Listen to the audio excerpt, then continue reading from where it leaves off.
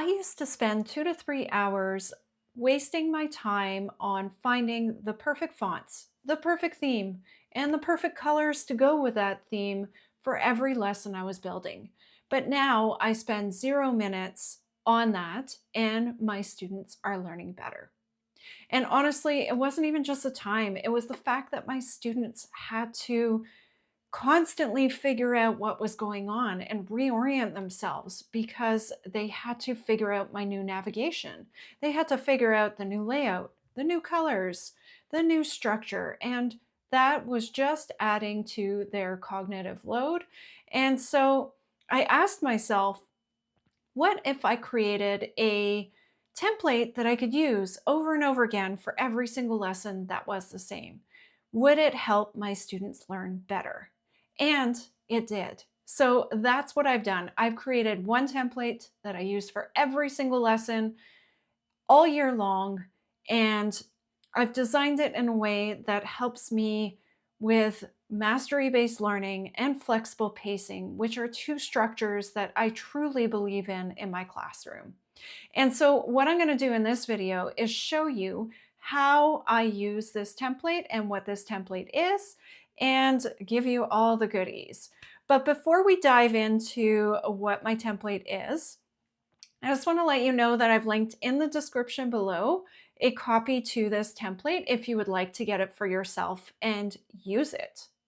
All right, so let's jump in and see what this template's all about. Okay, so here's my template, and basically, it doesn't look like much when you first open it up because everything's built in the background, which is really awesome.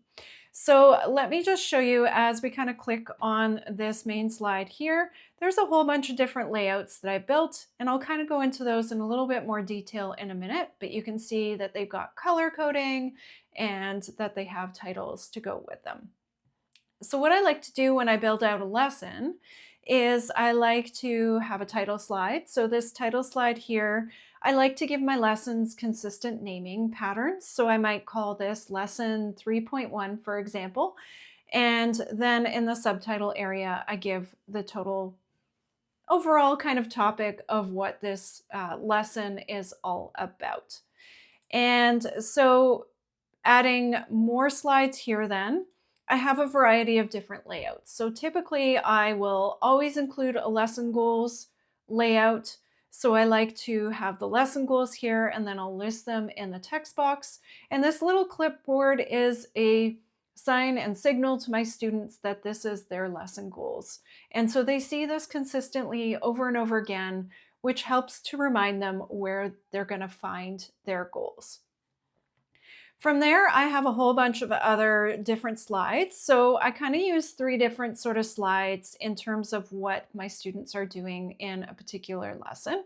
So I have a video slide because everything I do with instruction is with instructional videos that I create that I also post on YouTube.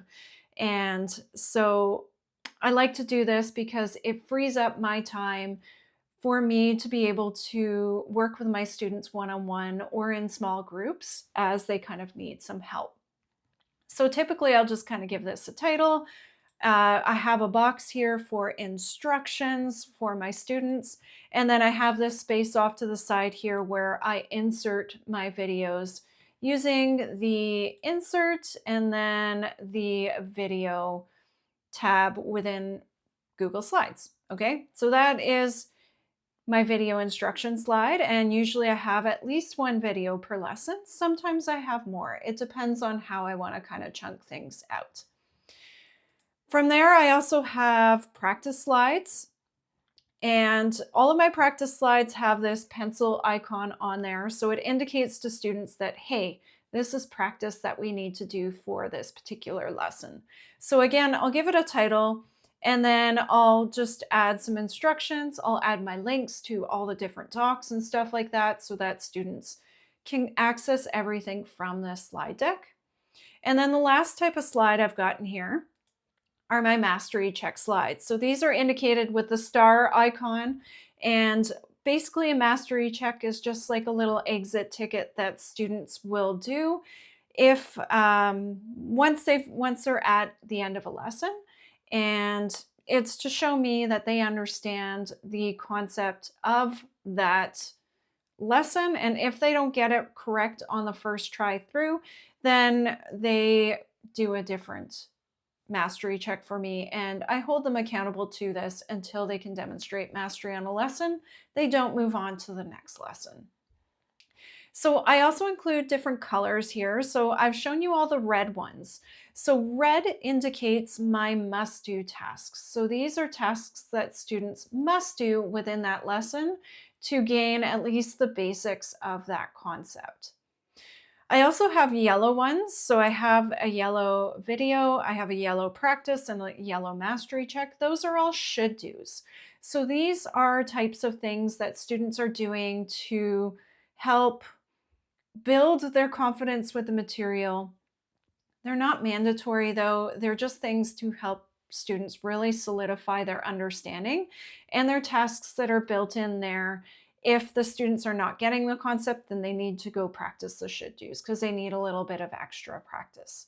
And then lastly, the green ones are my aspire to do's. So these are tasks that kind of go above and beyond that really help students gain that depth of understanding of a particular lesson. And so those lesson classifications I use, that is strictly from Modern Classrooms. I love Modern Classrooms. I'm a mentor with them, and it's the structure that I use to achieve this mastery-based learning within my classroom. Okay, so those are all the lesson layouts that I have within this template. So I just want to kind of show you a lesson I've previously built.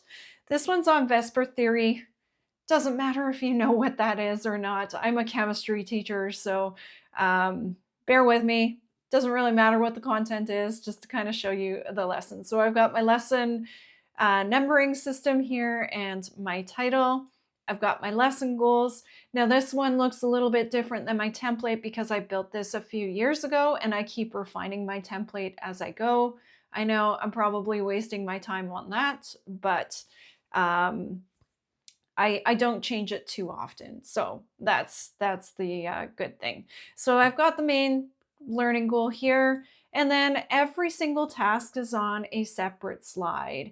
And I like doing that because it chunks the information for students. It allows them to go one task at a time to really focus on that task at hand. And then that way, they're not getting overwhelmed with a ton of different information like they would on, say, like a doc instead. So you can see I've got some review tasks here for the students to do with links to, for example, this one is to a YouTube playlist. And this should do activity is really because students should have learned this material already from prior learning. It's just let's refresh our memory and make sure we can do these things before we move into the new learning for this particular topic. I also have this exploratory lab for them to kind of do. It's a virtual lab, but it gets them kind of thinking about the topic at hand. And then you can see here a task with a video embedded. So I've got this video embedded from YouTube. I also have some notes for them to fill in as they're kind of going through these videos. And this particular lesson actually has 3 different videos involved in it. So sometimes I have more than one video. I think that's okay. I teach very higher sort of level chemistry, and so sometimes I can't get that in one video under 9 minutes in length. So I have to chunk it out into different sort of steps. I've got some practice here for them, and then I also have this aspire to do task. If you're a chemistry teacher, you're going to laugh at this. I've never actually had a student practice Vesper yoga in my classroom before, but it's kind of just silly and fun. And it would be really cool if one of my students ever did this. And I'm waiting for that day. And then finally, we're kind of ending our lesson with a mastery check. So I usually have students come to me to do this mastery check. And so there's just some instructions there for the students to come and do this. So, what I really like about this is that it is a predictable structure. So, students are constantly seeing the same types of slides, that they're not trying to have to figure out the navigation. They're not trying to have to figure out what I want them to do within the various different tasks.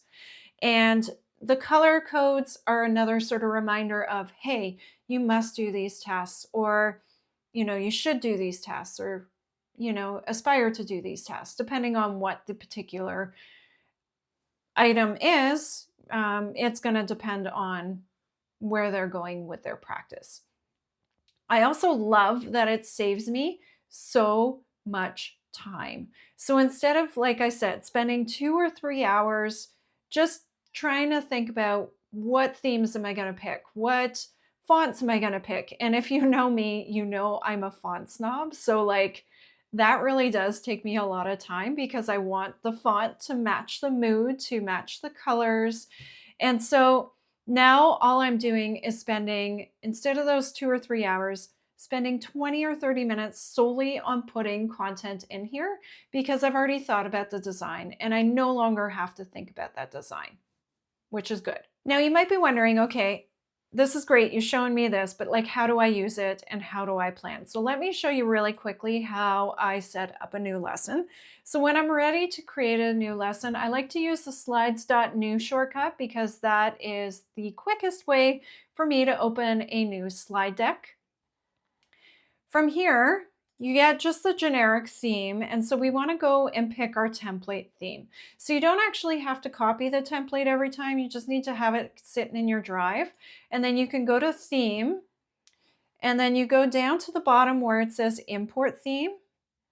And you go and find your template set of slides. So my mastery based lesson templates here, I'm going to pick it and then I'm going to click on insert. And it's going to show a preview of just your title slide of your theme. That's fine. I'm going to click on it and then click import theme. Now, once I've done that, everything's ready to go. I've got my title slide here. I've got all my different layouts, and then I can just start building my lesson from here. So literally it takes 2 seconds to import your theme once you have it set up, and then you can go in and just start building a lesson right away. Once I'm done building my lessons, I post them to my learning management system. It doesn't really matter what learning management system you're using. So you could post them in Google Classroom, you could post them in Canvas. I unfortunately have to use Brightspace. I'm not going to go there. If you know me, I have many rants about Brightspace, but it is what is mandated in my school board. So it is what I use. And so I will just post these in a sequence within a unit or a topic and have them labeled. So if it's like lesson 3.1, I'm going to have my file in there also labeled lesson 3.1 with the title of the lesson. And so this keeps things very organized in a nice, neat order for students to find easily and to navigate easily so they know exactly where to go and what to find. And the kind of response that I've gotten from my students has been amazing from using this template. It's so funny because they will say things to me like, "You are so organized. You are the most organized teacher I've had. It's so easy to find things. I really appreciate this structure." And I get glowing reviews on it. And I think it's because students are realizing, or not even realizing, but knowing subconsciously that the reason it's organized is because it's the same thing over and over again, that they're not having to spend all of their mental resources trying to figure out how to navigate a different slide layout or slide deck. And so they really, really appreciate it. And what I really appreciate about this is that it gives me more time to focus on the things that really matter in my classroom, on the tasks, on the activities for learning versus spending time on making things look pretty. And I love making things look pretty, but as teachers, we don't have that kind of time. So that is just like a really quick overview of my template. Hopefully you've clicked on the link in the description below to get your own copy of the template. But sometimes we want to create our own. And so I have linked in the card this next video for you to check out that is all about how to build your own template. So if you don't like the colors and the themes and the fonts that I've picked, I won't take offense, but come join me in that video and let's take a look at how to build your own theme. I'll see you over there.